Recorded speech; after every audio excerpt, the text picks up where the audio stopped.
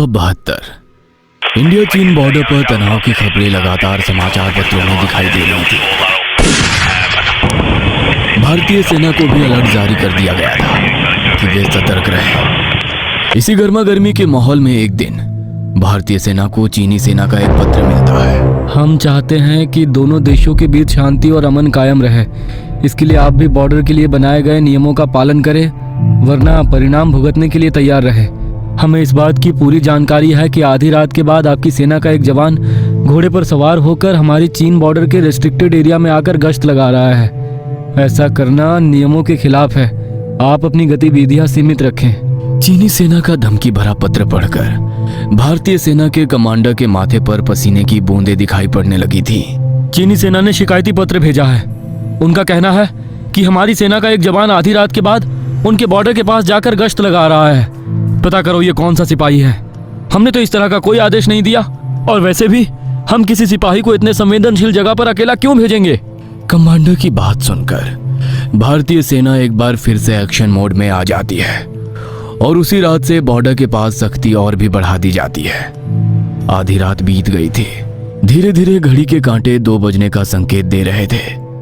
चारों ओर बर्फ से ढके पहाड़ थे और बर्फीली हवाएं चल रही थी। बॉर्डर के पास तैनात 2 सिपाही मुस्तैदी से चीन बॉर्डर की ओर जाने वाले रास्ते पर नजर बनाए हुए थे। अचानक ही उन्हें घोड़े के पैरों की आवाज सुनाई देती है। तुमने सुना? ऐसा लग रहा है जैसे कोई घोड़े पर सवार होकर इधर ही आ रहा है। इसका मतलब अभी तक जो कुछ भी सुना था वो सच था। वाकई सेना का कोई सिपाही बॉर्डर पर जाकर गश्त करता है। दोनों सिपाही हैरानी से एक दूसरे की ओर देख रहे थे कि तभी सामने से एक सिपाही सफेद घोड़े पर सवार होकर उनकी ही तरफ बढ़ने लगता है। सिर पर पगड़ी पहने उस सिपाही की आंखों में कोई हलचल नहीं थी, ना ही सामने खड़े सिपाहियों को देखकर उनके कदम ठिठके, ना चेहरे पर कोई भाव आए। बस अपनी गति से वो आगे बढ़ता रहा। और इससे पहले कि ड्यूटी पर तैनात दोनों सिपाही कुछ भी समझ पाते, घोड़े पर सवार सिपाही हवा की तरह उनके शरीर से आर पार निकल गया। दोनों सिपाहियों के चेहरे डर से सफेद पड़ गए थे। उन्हें समझ ही नहीं आ रहा था कि अभी अभी जो उन्होंने देखा वो सच था या उनका वहम। ये क्या था? ये तो संभव ही नहीं है।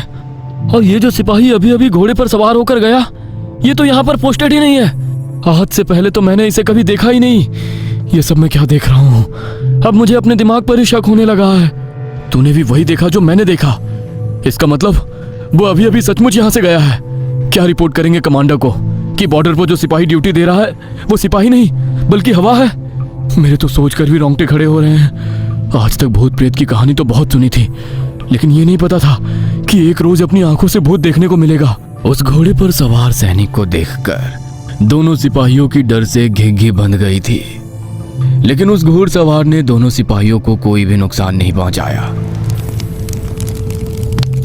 किसी तरह बॉर्डर के पास अपनी रात की ड्यूटी पूरी करने के बाद दोनों सिपाही सवेरे अपने ऑफिसर को रिपोर्ट करने जाते हैं। चीन की तरफ से जो चिट्ठी आई है वो खबर एकदम सही है सर। चीन बॉर्डर पर हिंदुस्तान का एक सिपाही घोड़े पर सवार होकर रात के 2 बजे गश्त देने गया था। लेकिन ये जानकर आपको हैरानी होगी कि वो सिपाही जिंदा नहीं है बल्कि एक भूत है। क्या बात कर रहे हो? कोई मजाक चल रहा है क्या यहाँ पर? नहीं सर, हम दोनों ने अपनी आंखों से देखा। घोड़ा लेकर वो हमारे शरीर के आर पार निकल गया। वो इंसान नहीं है सर। उसके सिर पर पगड़ी थी और उसने इंडियन आर्मी की यूनिफॉर्म भी पहनी हुई थी। सिपाहियों के मुंह से ये बात सुनने के बाद ऑफिसर के चेहरे के भाव बदलने लगते हैं। अच्छा ठीक है, तुम दोनों जाओ, मैं देखता हूँ। तभी ऑफिसर रणविजय नाम के एक दूसरे सिपाही को बुलवाता है। कुछ देर बाद रणविजय ऑफिसर के कैबिन में आता है। जय हिंद सर, आपने मुझे बुलवाया? हाँ रणविजय, एक बात सच सच बताओ, पिछले शनिवार की रात क्या हुआ था तुम्हारे साथ? क्या साहब, मैं बताऊंगा तो फिर आप नाराज होंगे। नहीं नहीं, तुम बताओ, मैं वाकई जानना चाहता हूँ। मैं रात के समय अपनी ड्यूटी कर रहा था साहब। ठंड बहुत ज्यादा थी। कड़कड़ाती ठंड में मेरी हालत खराब हो रही थी कि तभी मेरे साथ वाले सिपाही ने थोड़ी सी आग जलाई। आग की गर्मी मिलने से मेरी हल्की सी आंख लग गई। अगले ही पल मैंने महसूस किया जैसे किसी ने मेरे मुंह पर जोरदार तमाचा मारा हो। तमाचा इतना जोरदार था साहब कि एक झटके से मेरी नींद टूटी और मैं हड़बड़ाकर खड़ा हो गया। देखा तो सामने इंडियन आर्मी की यूनिफॉर्म में एक जवान खड़ा था। सर पर पगड़ी थी और चेहरा बिल्कुल गंभीर। गुस्से में मुझसे कहने लगा कि देश की सुरक्षा तुम्हारे हाथों में है और तुम यहाँ सो रहे हो। उसकी आवाज में इतना गुस्सा था कि मैं अंदर तक कांप गया और तुरंत अपनी ड्यूटी पर मुस्तैदी से लग गया। अच्छा ठीक है, तुम जाओ, डिसमिस। सिपाही अपनी आप बीती बताकर जा चुका था, लेकिन अब ऑफिसर सबरवाल दोनों घटनाओं के तार आपस में जोड़ने का प्रयास कर रहे थे। अगोस्ट बोलता है सब्सक्राइब कर ले।